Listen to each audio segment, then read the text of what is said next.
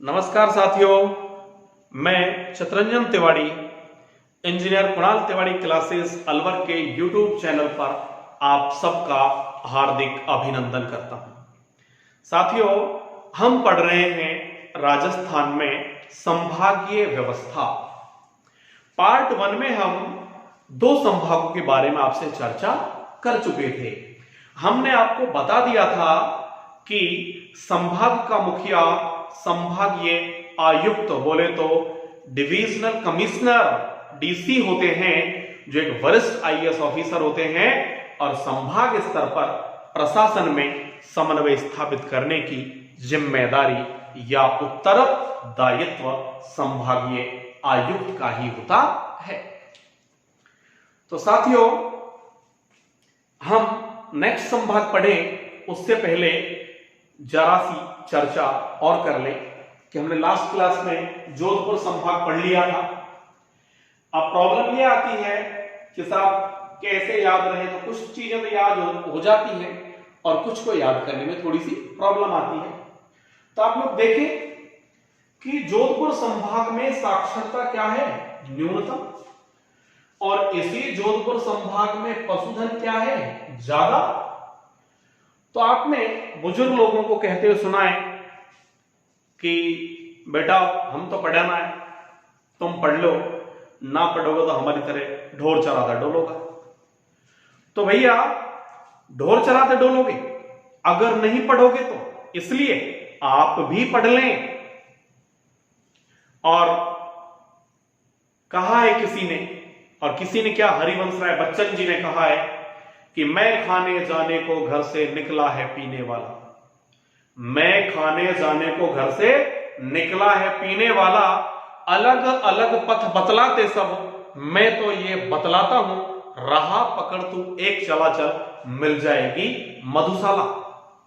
तो आप सबसे विनम्र अनुरोध है कि आप निरंतर स्टडी रखें। अगर पढ़ोगे नहीं तो ढोर चराओगे, पशु चराओगे। तो आपने देखी स्थिति, पढ़ोगे नहीं तो साक्षरता क्या हो जाएगी, न्यूनतम। क्या चराओगे, पशु, तो ज्यादा क्या हो जाएंगे, पशु। तो इस जोधपुर संभाग में न्यूनतम साक्षरता है, अधिकतम क्या है, पशु है। यह भी एक प्रॉब्लम करती है दशकीय जनसंख्या वृद्धि दर क्या है, कि एक दशक में बच्चे कहां ज्यादा पैदा हो रहे हैं, यह है बात इसमें। तो देखो इसके तो बहुत सारे कारण हैं, कभी डिटेल से चर्चा करें आप तो साहब क्या, मनोरंजन के साधनों का अभाव, आपके हॉस्पिटलों का अभाव, इस तरीके की जो बातें आप लोग देखें कि एक जगह ऐसी स्थिति है जहां दमादम बच्चे पैदा हो रहे खूब, तो और खूब ही मर रहे हैं। 100 बच्चे पैदा हुए, 30 सटक गए। एक जगह ऐसी है कि 100 पैदा हो रहे और बड़ी मुश्किल से कोई वास्तव में कोई प्रॉब्लमेटिक मामला है तो कोई बच्चा एक्सपायर हो रहा है, नहीं तो सब सेटल्ड चल रहे हैं, 1 2 3, बस 100 पैदा हो गए, 2 3 हो गए। तो यानी कि शिशु मृत्यु दर जिन क्षेत्रों में ज्यादा है वहां दशकीय जनसंख्या वृद्धि दर ज्यादा होगी, या शिशु मृत्यु दर जहां कम है वहां दशकीय जनसंख्या वृद्धि दर ज्यादा होगी। यानी कि 100 पैदा हो रहे हैं उनमें से 30 मर गए, वहां ज्यादा होगी, या 100 में से 3 मर रहे हैं वहां ज्यादा होगी। आप गलत सोच रहे हैं। आप सोच रहे हैं कि जहां कम मरे हैं, 3 मरे हैं, वहां शिशु मृत्यु दर ज्यादा होगी, और जहां ज्यादा मरे हैं वहां कम होगी। यही सोच रहे हैं ना? ओके, मुझको पता है आप इसका उल्टा सोच रहे हैं कि जहां बच्चे ज्यादा, यानी कि 30 लोग परसेंटेज रेशो आ रहा है, ठिकाने लग रहे हैं, वहां वृद्धि दर कम होगी। ऐसा सोचना गलत है। और जहां 3 ही मर रहे हैं वहां ज्यादा होगी। ये दोनों चीजें सोचना आपका क्या है, गलत है। क्यों? क्योंकि जिन क्षेत्रों में लोग कम पैदा, मतलब पैदा बराबर हो रहे हैं लेकिन औसत रूप से 100 पर कितने एक्सपायर हो रहे हैं, 3। तो वो लोग क्या सोचते हैं, चिकित्सा सुविधाएं अच्छी है वहां पर, बेहतरीन व्यवस्था है, और वो सोच रहे हैं भगवान राखेगा तो हमारा तो एक ही बहुत है। और जहां दमादम एक्सपायर हो रहे तो वो सोचेंगे कौन सा कब सटक जाए, तो यह चक्कर में वो कई पैदा कर लेंगे। इसलिए जहां चिकित्सा सुविधाओं का अभाव है वहां मृत्यु दर ज्यादा है और वो लोग बच्चे ज्यादा पैदा करेंगे, इसलिए वहां की मृत्यु दर ज्यादा होगी। ऐसे ही मनोरंजन के साधनों का अभाव, जहां सिनेमा हॉल नहीं है, घर में टेलीविजन नहीं है, तो देखो पुराने समय में आप पढ़ते हैं इतिहास में कि फलाना शासनकाल और स्त्रियों की स्थिति, फलाना शासनकाल और स्त्रियों की स्थिति, पुराने समय में पढ़ा है आपने, वो अपाला, लोपा, घोषा, मुद्रा, कौन कौन सी है जो विदुषियां हुआ करती थी, बहुत कम। और आजकल तो आप लोग देख लें कि घर घर में बहुत सारी विदुषियां हैं, यानी कि महिला शिक्षा का स्तर बढ़ गया है। तो पहले समय में आपने पढ़ा है कि महिलाओं को मनोरंजन का साधन समझा जाता था। तो इसलिए आप लोग देखिए जिन क्षेत्रों में मनोरंजन के साधनों की कमी है, ऐसे लोग जहां उद्योग धंधों का अभाव है, उन क्षेत्रों में जनसंख्या वृद्धि दर ज्यादा है। समझ गए होंगे आप बात को। तो देखिए साथियों कि दशकीय जनसंख्या वृद्धि दर इन्हीं क्षेत्रों में क्या होगी, ज्यादा होगी। क्योंकि अपन जब छोटे हुआ करते थे उस समय की स्थिति क्या थी, अपन खेलते थे, टीचर क्लास में नहीं आया तो तुरंत स्टार्ट कि ठाली बैठे क्या करें, कर लिया जाए कुछ काम और शुरू करें अंताक्षरी, ले ईश्वर का नाम। तो जब ये ठाली लोग बैठे रहते हैं ना, ठाली लोग, शैतानी का मामला, शैतान का घर, जैसे आपने देखा लॉकडाउन हुआ और बहुत सारी वो सब मजाक बतौर कुछ मैसेजेस आए व्हाट्सएप पर कि लॉकडाउन खुलते क्या स्थिति होगी, तो सब हॉस्पिटल में बहुत सारे पुरुष और महिलाएं और बच्चे उनके, तो वो चीज है ठाली क्या करेगा आदमी, समझ रहे आप सारी बात को। तो ये चीज होगी। अब हम बात करते हैं आपसे नेक्स्ट संभाग, और हमारा तीसरा संभाग है उदयपुर संभाग। और उदयपुर संभाग के अंतर्गत आते हैं हमारे 6 जिले, और 6 जिले हैं, याद रहे आपको, डुबाऊ, राज, चित्तौड़, प्रतापका। डुबाऊ, राज, चित्तौड़, प्रताप का अर्थात डूंगरपुर, बांसवाड़ा, उदयपुर और राजसमंद। चित्तौड़ से क्या हो गया, चित्तौड़गढ़, और प्रताप से क्या हो गया, प्रतापगढ़। अब सवाल वही पैदा कि इस संभाग का सर्वाधिक क्षेत्रफल वाला जिला कौन है, तो इस संभाग का सर्वाधिक क्षेत्रफल वाला जिला कौन हो गया, उदयपुर। उदयपुर संभाग का सर्वाधिक क्षेत्रफल वाला जिला उदयपुर और न्यूनतम क्षेत्रफल वाला डूंगरपुर। तो न्यूनतम क्षेत्रफल वाला जिला कौन हो जाएगा, डूंगरपुर। ये क्लियर हो जाए पोजीशन आपको। उदयपुर जो संभाग है यह राजस्थान का दक्षिणी संभाग है।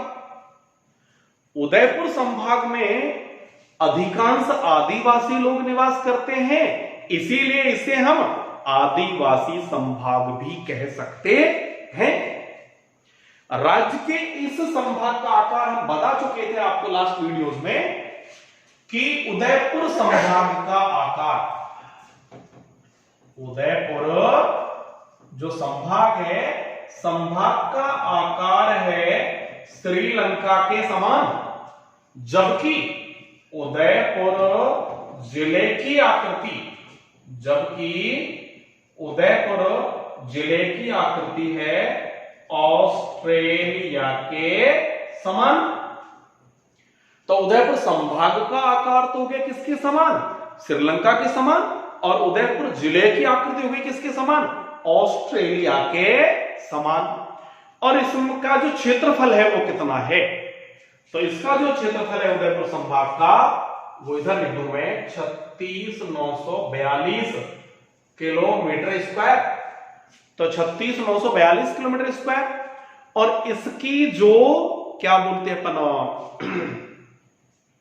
जनसंख्या है वो हो गई आपके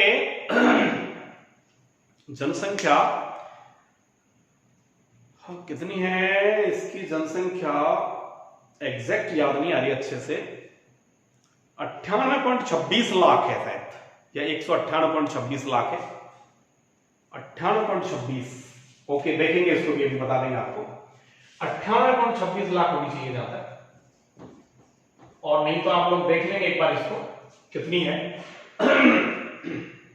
और देखिए आप इसमें कि जो उदयपुर संभाग है इसमें आप और क्या विशेषताएं हैं कि सर्वाधिक इसमें क्या है। तो सबसे पहले देखेंगे उदयपुर संभाग में सर्वाधिक, तो उदयपुर संभाग का सर्वाधिक है लिंगानुपात। तो लिंगानुपात क्या है, सबसे ज्यादा। सर्वाधिक है इसमें क्या, झीलें। सर्वाधिक है इसमें क्या, वन। और सर्वाधिक है इसमें कार्यशील जनसंख्या। कार्यशील जनसंख्या से तात्पर्य क्या है, कार्यशील जनसंख्या से तात्पर्य है कि कितने लोग जो है कार्य करने योग्य है। इसका तात्पर्य है कि 14 वर्ष से कम आयु के व्यक्ति को अपन बंधुआ मजदूर कहते हैं, बाल मजदूर।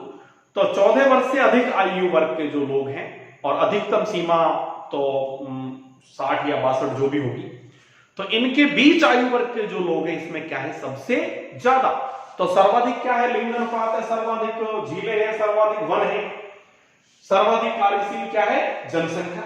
अब साथ साथ ये भी बात कर लो कि सर्वाधिक लिंगानुपात वाला जिला कौन है, तो आप जानते हैं कौन है, डूंगरपुर।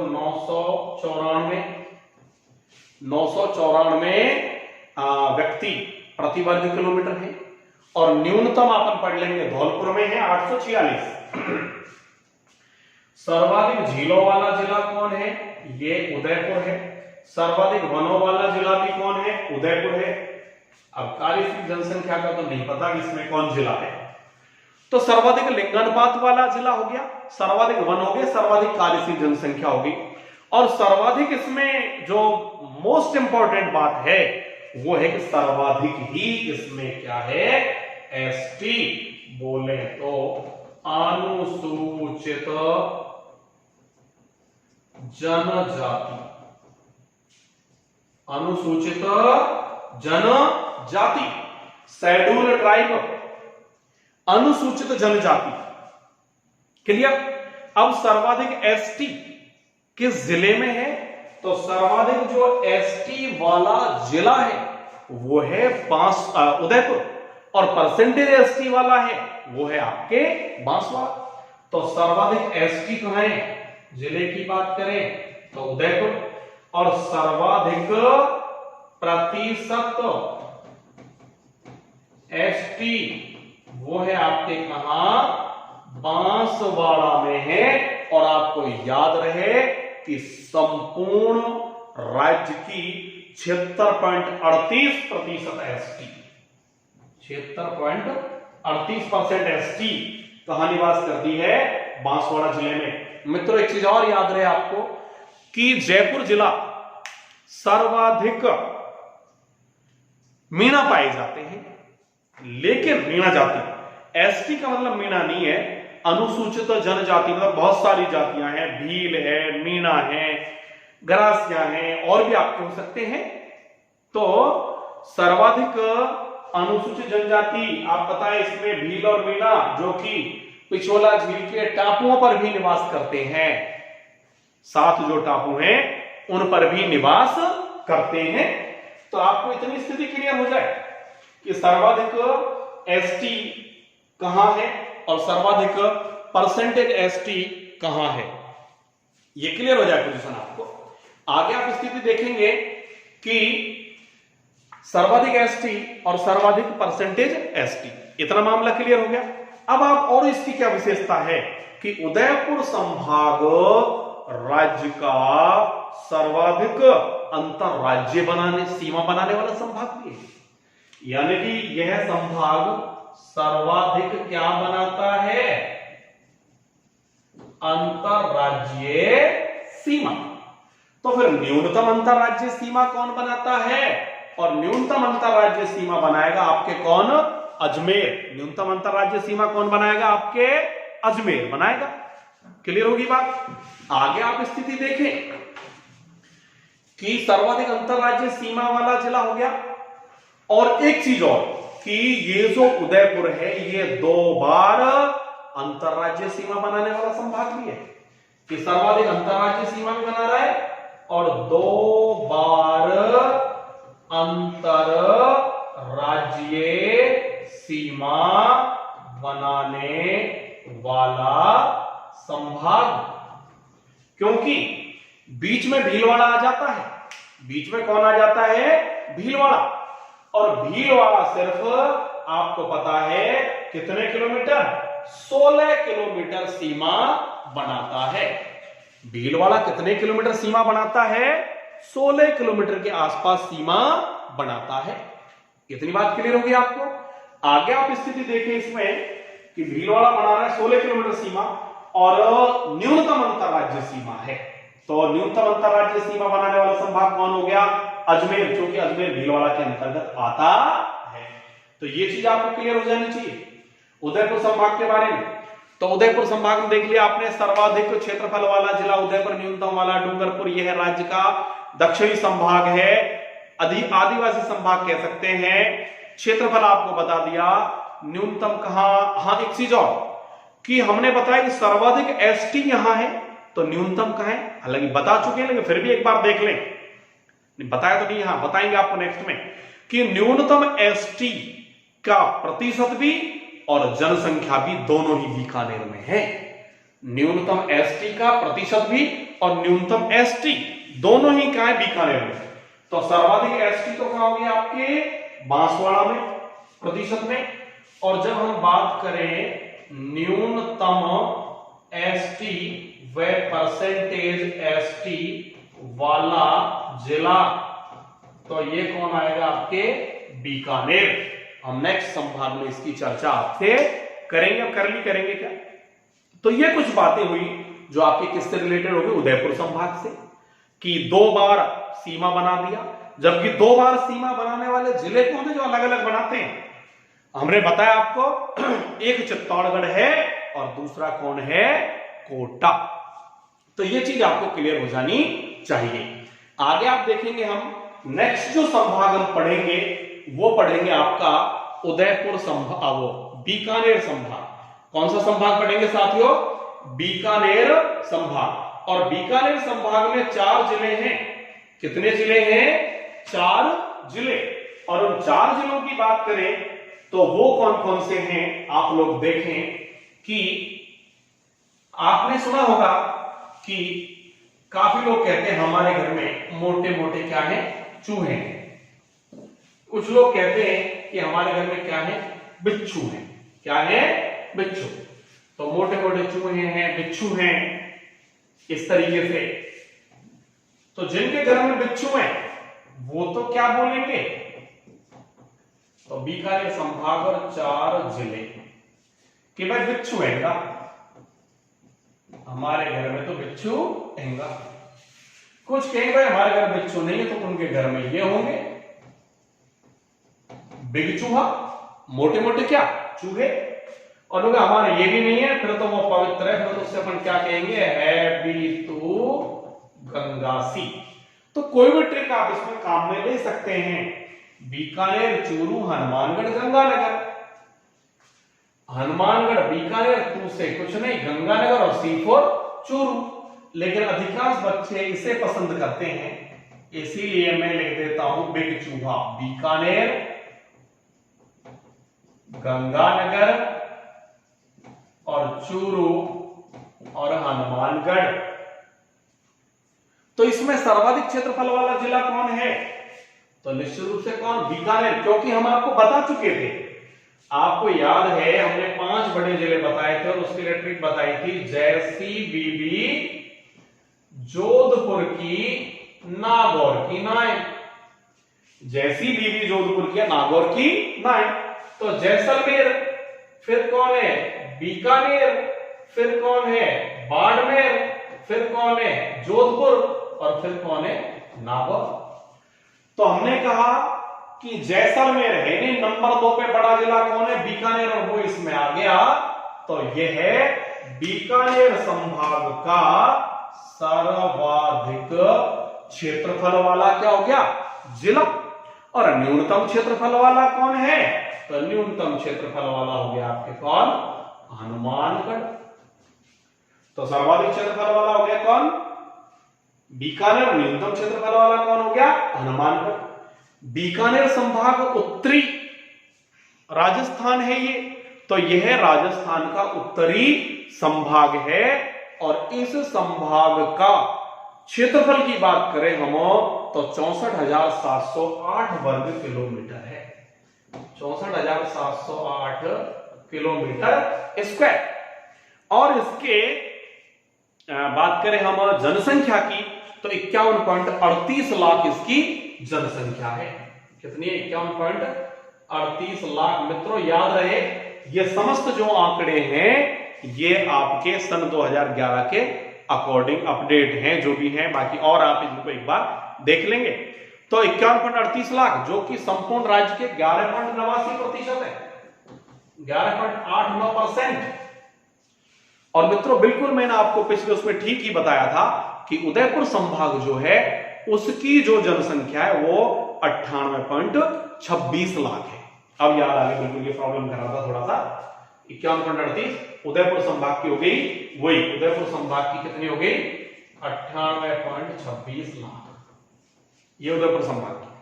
ओके, तो बीकानेर संभाग में क्या विशेषताएं हैं, उत्तरी संभाग हो गया, आपको क्लियर हो गई बात। और राज्य के इस संभाग में जो सर्वाधिक सिंचाई होती है वो नहरों द्वारा होती है। राज्य के इस संभाग में सर्वाधिक सिंचाई नहरों द्वारा होती है, अर्थात यह राज्य का गहन सिंचित क्षेत्र है। गहन सिंचित क्षेत्र, ये जो उत्तरी राजस्थान है ये राज्य का क्या है गहन सिंचित क्षेत्र है। सर्वाधिक सिंचाई नहरों द्वारा होती है और राज्य की न्यूनतम नदियों वाला संभाग है। राज्य की न्यूनतम क्या बहती है इसमें नदियां। राज्य के दो जिले बीकानेर और चूरू, जिनमें दो जिले बीकानेर और चूरू जिनमें कोई नदी नहीं बहती, साथियों इसी संभाग के अंतर्गत आते हैं। याद रहे, गौर फरमाएं कि चूरू जिला जो है, इस चूरू जिले में एक हमारी शेखावाटी क्षेत्र की अंतः प्रवाह की नदी कांटली या कांतली वो इस जिले में प्रवेश करती है जब वर्षा बहुतायत में हो जाती है। इसलिए कभी प्रश्न पूछ लिया जाए कि राजस्थान का वह कौन सा जिला है जिसमें कोई नदी नहीं बहती, तो मित्रों उसका आंसर होगा क्या बीकानेर, क्योंकि चूरू में कभी कभी बहती है। अगर जिसमें चूरू भी ऑप्शन में हो और बीकानेर भी ऑप्शन में हो तो ऐसे समय में मैं आपको नई बात बता रहा हूं ये कि बीकानेर इसका क्या होगा आंसर होगा। क्लियर होगी बात। तो हमने आपको बता दिया कि गहन सिंचित क्षेत्र है, न्यूनतम नदियां हैं और इस संभाग में सर्वाधिक अनुसूचित जाति का क्या है प्रतिशत है, अर्थात बीकानेर संभाग सर्वाधिक अनुसूचित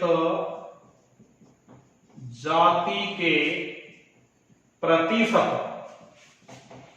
वाला या अनुपात वाला क्या है संभाग है, क्योंकि आप जानते हो सर्वाधिक अनुसूचित जाति तो जयपुर संभाग के अंतर्गत आती है।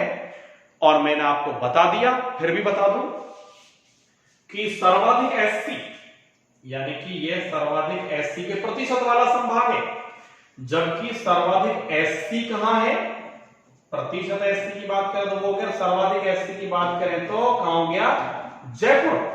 और सर्वाधिक परसेंटेज एससी की बात करें तो गंगानगर। सर्वाधिक परसेंटेज एससी की बात करें तो वो कहां है, गंगानगर। प्रतिशत में बात करते हैं तो ये मित्र हो गया आपका कौन सा संभाग, बीकानेर संभाग। अब हम नेक्स्ट संभाग पढ़ेंगे और वो होगा हमारा कोटा संभाग। आप स्क्रीनशॉट लेते रहेंगे साथियों बीच बीच में। नेक्स्ट जो संभाग होगा वो कौन सा संभाग होगा, कोटा संभाग। और आप जानते हो कि भाई कई बार आजकल तो क्या देखो, बहुत अच्छे से सभी लोग पढ़ रहे हैं, और देखो सबसे ज्यादा जो शिक्षा में सुधार आया है, जैसा मैंने महसूस किया है, वो मीणा जाति में बहुत आया है। आप लोग देखेंगे जितने भी हमारे जो मीणा समुदाय के हमारे ताऊ चाचा हैं, जो रिटायरमेंट हो चुके हैं, रिटायरमेंट के जो करीब हैं बड़े बड़े अधिकारी, उनकी बीवियां भी अंगूठा टेक हैं। लेकिन आजकल तो आप लोग देखें कि हर घर में लोग बिल्कुल जज्बे के साथ पढ़ रहे हैं और बहुत स्त्री शिक्षा में बहुत सुधार आ गया है। आप लोग देखते हैं कि जब हम पढ़ते हैं साहब आखा तीज, और आखा तीज में लिखा हुआ मिलता है साहब हम बुक्स में कि इस दिन मीणा जाति में बहुत आया में बाल विवाह होते हैं। और जब बाल विवाह हो जाते हैं तो आगे चल के प्रॉब्लम क्रिएट होती है। मुझे याद है मैंने अभी 5-6-7 साल हो गए होंगे, इसी दौरान एक बार न्यूज़पेपर में खबर छपी थी कि एक मीणा बेटिया थी, उसने बड़ी होकर के अपने जो बचपन की हुई जो शादी थी उसको तोड़वा दिया। जोधपुर हाई कोर्ट का फैसला था। तो हमने कहा कि आगे पढ़ करके किसी की बीवी बढ़िया नौकरी में चली गई, और भाई बीवी और उसका जो हस्बैंड है बाबू वो ग्वाड़ है, गाय चरा रहा है। तो यार एक नौकरी पेशा बीवी एक गाय चराने वाले ग्वाड़े के साथ या भैंस चराने वाले के साथ कैसे रह सकती है? तो ये प्रॉब्लम। और कई बार हालात ऐसे होते हैं, बचपन में शादी हो गई, किसी का बाबू बहुत बड़ा अधिकारी बन गया, उसकी बीवी ऐसे रही तो वो उसको भाव नहीं दे, तो प्रॉब्लम क्रिएट हो जाती है। ऐसे मामले सामने आपने आते देखे हैं। अब आप लोग देखें कि किसी के बाबू की बात करें और साहब वो बड़ा वो बन गया साहब, आप मान के चलें कि जो कोटा संभाग है इसमें आप बात करें झालावाड़ आपके वो जगह है डिस्ट्रिक्ट, और इस झालावाड़ में जाकर के वो बड़ा अधिकारी बन गया, एसपी बन गए, डीएम साहब बन गए, और उनसे जाकर के उनकी बीवी से ये कहें कि साहब ऐसा काम करा दो हमारा थोड़ा बहुत इनसे जाकर के आपके हस्बैंड से। तो बीवी क्या कहेगी, देखो भाई मैं हूं अंगूठा टेक, मेरी रुआ की आजकल पटना रही है और झालावाड़ में अपनी चलना रही है, अपनो ना झालावाड़। कौन को है? बाबू को झालावाड़, बाबू को झालावाड़। और किसी की बीवी की बहन कर चले, आप लोग देख ले, तो उसमें क्या होगा? आप लोग देख लें, बाबू की नहीं चल रही, बीवी की चल रही है, और बाबू से जाके कह दिया जाए यार मैडम साहिबा से हमारा काम करवा दो ना, तो वो कहेगा देखो मेरी मैडम की आजकल पट नहीं रही है, झालावाड़ में अपनी चल नहीं रही है, अपनो ना झालावाड़। कौन को है? बीवी को झालावाड़। और इस तरीके से 4 जिले हो जाते हैं, 12, और कौन हो गया? बूंदी, और कौन हो गया? कोटा, और झालावाड़ से कौन हो गया? झालावाड़। तो कोटा संभाग कितने जिले? 4 जिले, बीबी को झालावाड़ या बाबू को झालावाड़। और इसमें देख रहे हैं आप सर्वाधिक जो क्षेत्रफल वाला जिला है 12 है, न्यूनतम वाला कोटा है। तो इस संभाग में सर्वाधिक क्षेत्रफल वाला जिला 12 हो गया, और न्यूनतम क्षेत्रफल वाला जिला कौन हो गया? कोटा हो गया। क्या विशेषता इस संभाग की? कि एक तो यह राजस्थान का दक्षिणी पूर्वी संभाग है, यह राजस्थान का क्या है, दक्षिणी पूर्वी संभाग है। और इस संभाग में सर्वाधिक क्या है और न्यूनतम क्या है। तो देखिए कि सर्वाधिक तो क्या क्या है। सर्वाधिक तो इस संभाग में क्या है, एक तो सर्वाधिक नदियों के बहने वाला संभाग है। सर्वाधिक क्या बहने वाला संभाग है, नदियां। और सर्वाधिक ही जब नदियां हैं और पूर्वी आपका दक्षिणी पूर्वी भाग है, आर्द्रता यही ज्यादा होगी क्योंकि वर्षा इन क्षेत्रों में ज्यादा होती है, मानसून ज्यादा मामला है। तो सर्वाधिक वर्षा और सर्वाधिक आर्द्रता वाला संभाग भी है। सर्वाधिक वर्षा वाला और सर्वाधिक आर्द्रता वाला क्या है, संभाग है।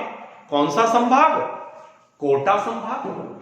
और दूसरी बात क्या है इसमें, न्यूनतम इसकी क्या है, जनसंख्या है। तो इस संभाग में न्यूनतम क्या हो गई, जनसंख्या।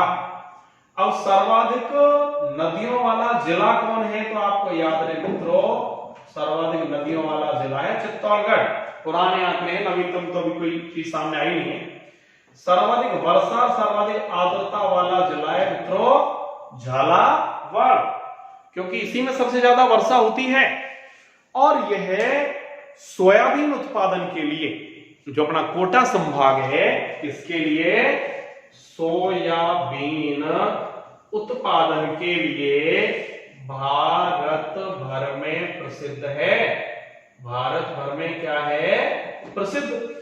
तो न्यूनतम क्या हो गई, जनसंख्या इसकी, और इसकी जनसंख्या है 56.99 लाख मान लो आप, यानी कि 8.3%। कितनी होगी जनसंख्या संपूर्ण संभाग की, 56.99 लाख। 56.99 लाख अर्थात 8.3%। क्लियर। तो 8.30%। और इस संभाग का जो क्षेत्रफल है 24,204 है। याद रखिएगा, जिसमें याद रखने में थोड़ी सहूलियत हो सकती है। 24,204 24,204 वर्ग किलोमीटर। तो आपने देखी स्थिति कि साहब जो कोटा संभाग है, इसमें सर्वाधिक क्या है, न्यूनतम क्या है। एक चीज और याद रहे इसमें कि राज्य का सर्वाधिक साक्षरता वाला जिला, जो कि मैं बता चुका हूं, कोटा, इसी संभाग के अंतर्गत आता है। तो ये बात होगी आपके कौन से संभाग की, कोटा संभाग की। इसका भी आप स्क्रीनशॉट ले लेंगे एक बार। फिर अब हम बात कर रहे हैं नेक्स्ट, और वो आपका संभाग होगा कौन सा संभाग, अजमेर संभाग। तो कितने संभाग हो गए हमारे मित्रों, 5। जजो बीको, जयपुर, जोधपुर, उदयपुर, बीकानेर और कोटा। और अब हम पढ़ेंगे कौन सा संभाग नेक्स्ट। नेक्स्ट संभाग हो गया हमारा अजमेर संभाग। और अजमेर संभाग में भी कितने जिले हैं, 4 जिले। और जब कोई डिस्टर्ब करता है ना, अच्छा नहीं लगता, हम बोलते हैं चुपचाप बैठा रहे, अभी ना टोक, अभी ना टोक। अर्थात अजमेर, भीलवाड़ा, नागौर और टोंक। आपको पता चल गया इसमें कि जैसी बीबी जोधपुर की, नागौर की ना, तो सर्वाधिक क्षेत्रफल वाला जिला कौन हो गया, नागौर। और न्यूनतम क्षेत्रफल वाला कौन हो गया, टोंक। तो अजमेर संभाग जो कि राज्य का केंद्रीय स्थिति वाला संभाग भी है, राज्य का मध्यवर्ती संभाग भी है। तो यह राज्य का क्या है, केंद्रीय स्थिति वाला। यह राज्य का केंद्रीय स्थिति वाला या मध्यवर्ती संभाग है। राज्य का यह संभाग क्या हमने बता दिया आपको, क्या बनाता है, न्यूनतम अंतरराज्यीय सीमा। न्यूनतम अंतरराज्यीय सीमा सिर्फ अजमेर का कौन सा जिला है जो अंतरराज्यीय सीमा पर है, भीलवाड़ा। बता दिया हमने 16 किलोमीटर। केंद्रीय स्थिति वाला संभाग है, मध्यवर्ती संभाग है। जम्मू कश्मीर जो है, इसके बारे में हम चर्चा कर चुके थे, जम्मू कश्मीर से रिलेशन बनाया था हमने कि अजमेर संभाग का आकार तो पुराने J&K के समान है। किसका? अजमेर संभाग का। जबकि अजमेर जिले की जो आकृति है वो कैसी है? त्रिभुजाकार है। तो ये चीज क्लियर होगी आपको।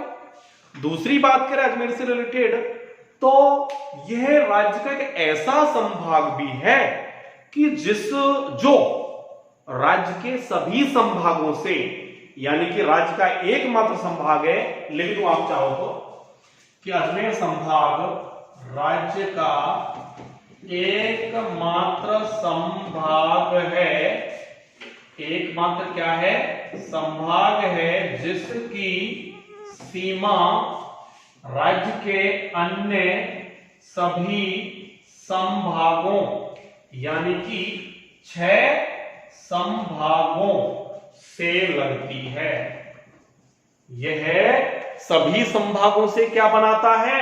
सीमा बनाता है। मित्रों क्लियर हो जाए आपको कि सभी संभागों से क्या बनाता है? सीमा बनाता है। दूसरी हम बात करें, इस संभाग का जो क्षेत्रफल है वो 43,848 वर्ग किलोमीटर है। 43,848 वर्ग किलोमीटर क्षेत्रफल है और इसकी जो जनसंख्या है वो 97.26 लाख है। कितनी है?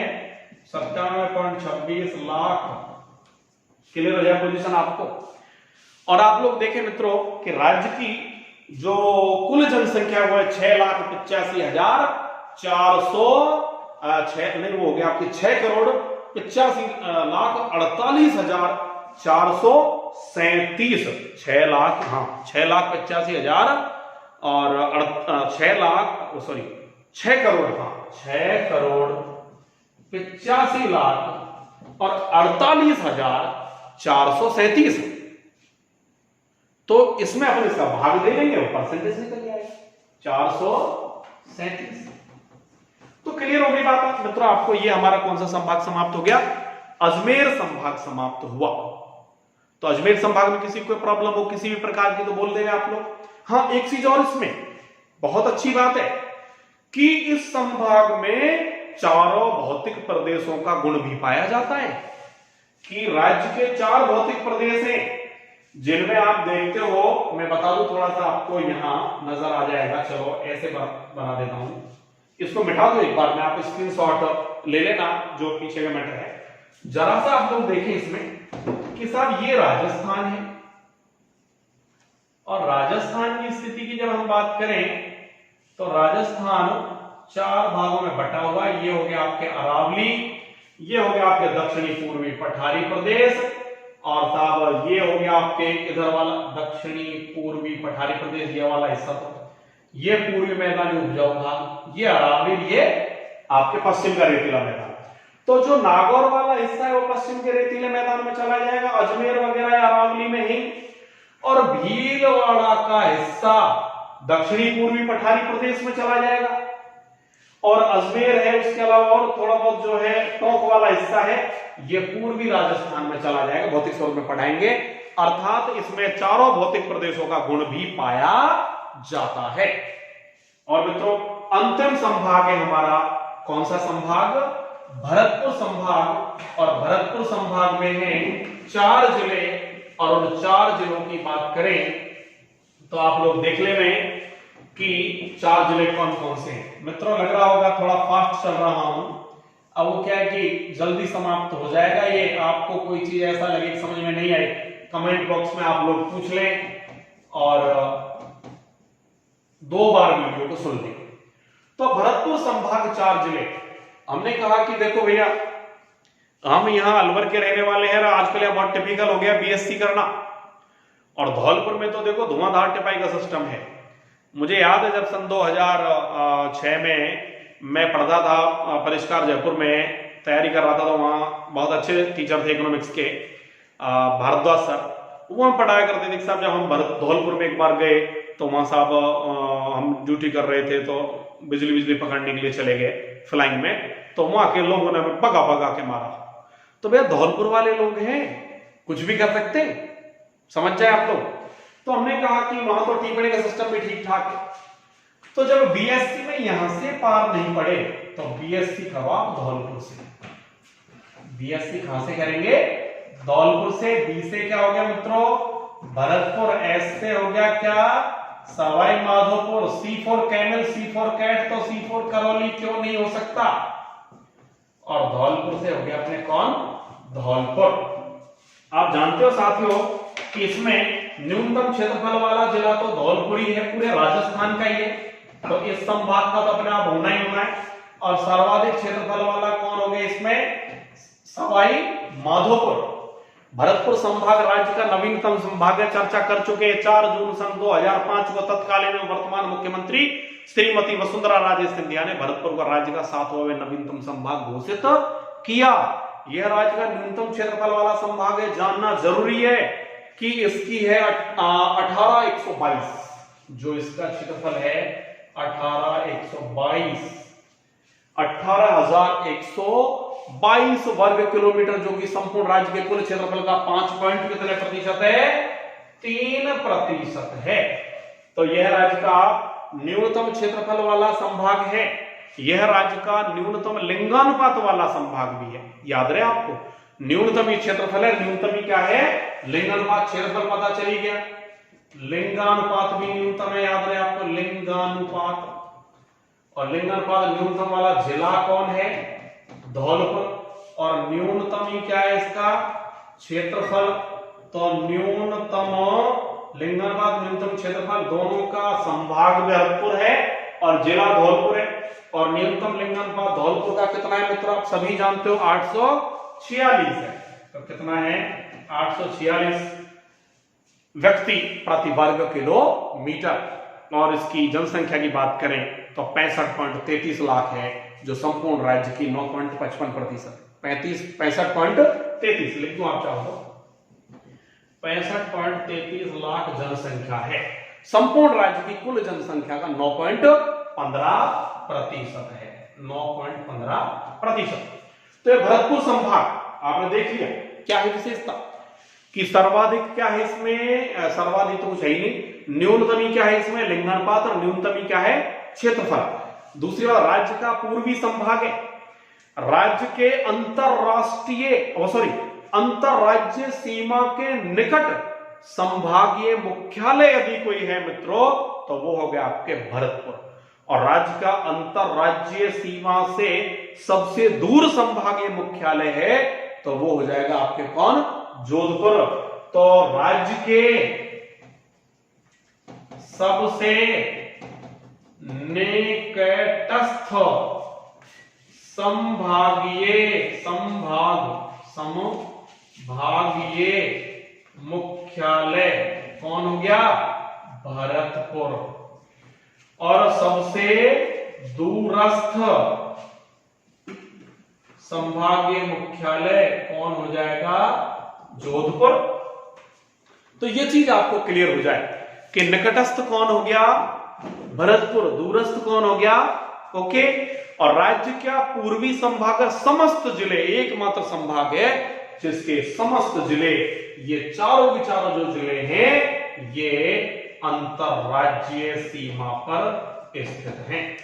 कौन सी सीमा पर स्थित है, अंतरराज्यीय सीमा पर स्थित हैं।